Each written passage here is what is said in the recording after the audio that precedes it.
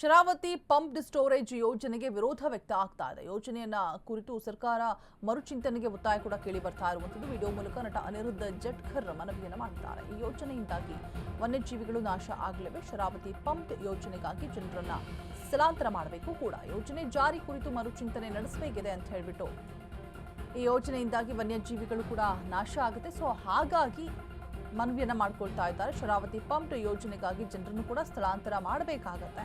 ಯೋಜನೆ ಜಾರಿ ಕುರಿತು ಮರುಚಿಂತನೆಯನ್ನ ನಡೆಸಬೇಕು ಅಂತ ಮನವಿಯನ್ನ ಮಾಡ್ಕೊಳ್ತಾ ಇದ್ದಾರೆ. ರಾಜ್ಯ ಸರ್ಕಾರಕ್ಕೆ ನಟ ಅನಿರುದ್ಧ ಜಟ್ಕರ್ ಒತ್ತಾಯವನ್ನ ಮಾಡ್ತಿದ್ದಾರೆ. ಶರಾವತಿ ಪಂಪ್ಡ್ ಸ್ಟೋರೇಜ್ ಯೋಜನೆಗೆ ವಿರೋಧ ವ್ಯಕ್ತವಾಗ್ತಾ ಇರುವಂಥದ್ದು ಕೇಳಿ ಬರ್ತಾ ಇರುವಂಥದ್ದು. ಸೊ ಮರುಚಿಂತನೆಯನ್ನ ಮಾಡಬೇಕು ಅಂತ ಹೇಳ್ಬಿಟ್ಟು ನಟ ಅನಿರುದ್ಧ ಒತ್ತಾಯವನ್ನ ಮಾಡ್ತಾ ಇದ್ದಾರೆ. ವಿಡಿಯೋ ಮೂಲಕ ನಟ ಅನಿರುದ್ಧ ಜಟ್ಕರ್ ಮನವಿಯನ್ನ ಮಾಡಿದ್ದಾರೆ. ವನಸ್ಪತಿಗಳು, ವನ್ಯಜೀವಿಗಳು. ನಮಸ್ಕಾರ. ಶರಾವತಿ ಪಂಪ್ ಸ್ಟೋರೇಜ್ ಪ್ರಾಜೆಕ್ಟ್ 2000 ಮೆಗಾವಾಟ್ಸ್ ವಿದ್ಯುತ್ ಶಕ್ತಿಯನ್ನು ಉತ್ಪಾದನೆ ಮಾಡುವಂತಹ ಸರ್ಕಾರ ಹಮ್ಮಿಕೊಂಡಿರತಕ್ಕಂತಹ ನೂತನ ಯೋಜನೆ ಏನಿದೆ, ಇದಕ್ಕೆ 2,500 ಮೆಗಾವಾಟ್ಸ್ ವಿದ್ಯುತ್ ಶಕ್ತಿ ಹಾಗೂ 10,000 ಕೋಟಿ ರೂಪಾಯಿ ಖರ್ಚಾಗಲಿದೆ. ಮತ್ತು ಅಲ್ಲಿ ಇರ್ತಕ್ಕಂಥ ಜನ ಬೇರೆ ಕಡೆಗೆ ಸ್ಥಳಾಂತರ ಆಗಲೇಬೇಕಾದ ಅನಿವಾರ್ಯ ಪರಿಸ್ಥಿತಿ ಕೂಡ ಎದುರಾಗುತ್ತೆ. ಹಾಗೂ ಅಲ್ಲಿರ್ತಕ್ಕಂಥ ವನಸ್ಪತಿಗಳು, ವನ್ಯಜೀವಿಗಳು ಸಂಪೂರ್ಣವಾಗಿ ನಾಶ ಆಗಿ ಹೋಗ್ತವೆ. ಹಾಗಾಗಿ ಈ ಯೋಜನೆ ಬಗ್ಗೆ ಪುನರ್ ಯೋಚನೆ, ಮರುಚಿಂತನೆ ಸರ್ಕಾರ ಮಾಡಬೇಕು ಅಂತ ನಾನು ಸರ್ಕಾರಕ್ಕೆ ಈ ವಿಡಿಯೋ ಮುಖಾಂತರ ಕೈ ಮುಗಿದು ಕಳಕಳಿಯಿಂದ ಕೇಳ್ಕೊತೀನಿ. ಧನ್ಯವಾದಗಳು.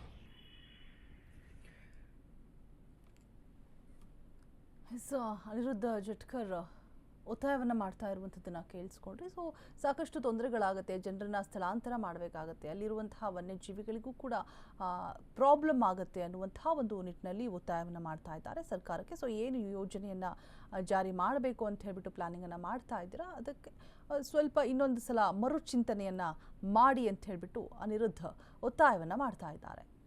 ಸರ್ಕಾರಕ್ಕೆ ಮರುಚಿಂತನೆಗೆ ಒತ್ತಾಯಿಸ್ತಾ ಇರುವಂಥದ್ದು ನಟ ಅನಿರುದ್ಧ ಶರಾವತಿ ಪಂಪ್ಡ್ ಸ್ಟೋರೇಜ್ ಕುರಿತಾಗಿ.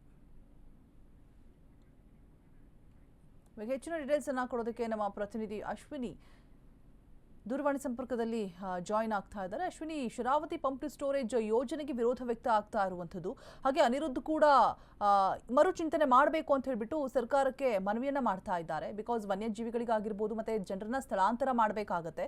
ಸೊ ಈ ಒಂದು ನಿಟ್ಟಿನಲ್ಲಿ ಅಂತ ಹೇಳ್ಬಿಟ್ಟು ಸೊ ಮರುಚಿಂತನೆ ಮಾಡುವಂತಹ ಸಾಧ್ಯತೆಗಳಿದೆಯಾ? ಸರ್ಕಾರ ಏನ್ ಡಿಸಿಷನ್ ತೆಗೆದುಕೊಳ್ಳಬಹುದು? ಹೆಚ್ಚಿನ ಮಾಹಿತಿ ಇದೆಯಾ ಅಶ್ವಿನಿ? ಎಸ್ ರೋಜಾ, ಏನು ಶರಾವತಿ ಪಂಪ್ಡ್ ಸ್ಟೋರೇಜ್ ಏನು ಪ್ರಾರಂಭಿಕ ಹಂತದಲ್ಲಿ ಏನು ಅದರ ಕುರಿತಾಗಿ ಪ್ರಸ್ತಾಪ ಬಂದಾಗಿನಿಂದಲೂ ಕೂಡ ಈ ಭಾಗದಲ್ಲಿರುವಂತಹ ಜನರು, ಪರಿಸರಾಸಕ್ತರು ಕೂಡ ಇದಕ್ಕೆ ತೀವ್ರ ವಿರೋಧವನ್ನ ವ್ಯಕ್ತಪಡಿಸಿದ್ದಾರೆ ಅಂತಾನೆ ಹೇಳ್ಬೋದು. ಈ ಕುರಿತಾಗಿ ಹಲವು ಬೃಹತ್ ಪ್ರತಿಭಟನೆಗಳನ್ನ ಕೂಡ ಶಿವಮೊಗ್ಗದಲ್ಲಿ ಮಾಡಲಾಗಿದೆ. ಏನಪ್ಪಾ ಅಂದ್ರೆ, ಈ ಯೋಜನೆಯಿಂದ ಅಲ್ಲಿಯ ಸ್ಥಳೀಯ ನಿವಾಸಿಗಳು ಅವರಿಗೆ ಜಾಗ ಇಲ್ದಂಗಾಗತ್ತೆ. ಈ ಹಿಂದಿನೂ ಕೂಡ ಶರಾವತಿ ಯೋಜನೆ ಏನು ಲಿಂಗನಮಕ್ಕಿ ಯೋಜನೆ ಟೈಮಲ್ಲಿ ಅನೇಕ ಶರಾವತಿ ಸಂತ್ರಸ್ತರಿಗೆ ಈಗಲೂ ಕೂಡ ಪರಿಹಾರ ಸಿಕ್ಕಿಲ್ಲ. ಅವರು ಕೂಡ ಭೂಮಿ ಹಕ್ಕುಪತ್ರ ಕೊಡಿ, ಅವ್ರನ್ನ ಕರ್ಕೊಂಡೋಗಿ ಎಲ್ಲೋ ಒಂದ್ ಕಡೆ ಬಿಡ್ತಾರೆ, ಹಕ್ಕುಪತ್ರ ಕೊಡಿ ಅಂತ ಹೇಳಿ ಪ್ರತಿಭಟನೆಯನ್ನ ಕೂಡ ಮಾಡಿರ್ತಾರೆ. ಸ್ಟಿಲ್ ಈಗಲೂ ಕೂಡ ಅವ್ರಿಗೆ ಹಕ್ಕುಪತ್ರ ಇಲ್ಲ. ಇದರ ಬೆನ್ನಲ್ಲೇ ಈಗ ಇನ್ನೊಂದು ಹೊಸ ಯೋಜನೆ ಈ ಭಾಗಕ್ಕೆ ಬೇಕಾ, ಅದು ಪಶ್ಚಿಮ ಘಟ್ಟ ಅಂದ್ರೆ ಸೂಕ್ಷ್ಮ ಅಂದು ಅಪರೂಪದ ಪ್ರಭೇದಗಳಿರುವಂತಹ ಪ್ರಾಣಿ ಸಂಕುಲಗಳಿರ್ಬೋದು, ಪಕ್ಷಿ ಸಂಕುಲಗಳು ಬರುದು, ಈ ರೀತಿಯ ಸಂಕುಲಗಳಿಗೆ ನಾಶ ಅಲ್ಲದೆ ಸಾವಿರಾರು ಸಂಖ್ಯೆಯಲ್ಲಿ ಮರಗಳನ್ನ ಕಡಿತ ಮಾಡ್ತಾರೆ.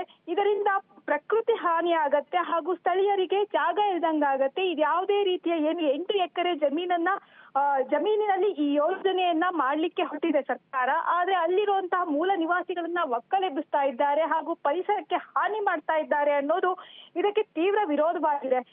ಇದರ ವಿರೋಧದ ನಡುವೆಯೂ ಸರ್ಕಾರಕ್ಕೆ ಈ ಯೋಜನೆ ಅಗತ್ಯ ಇದೆಯಾ ಅನ್ನೋದೇ ಸ್ಥಳೀಯರ ಪ್ರಶ್ನೆ ಆಗಿದೆ ಅಂತ ಹೇಳ್ಬೋದು ರೋಜಾ.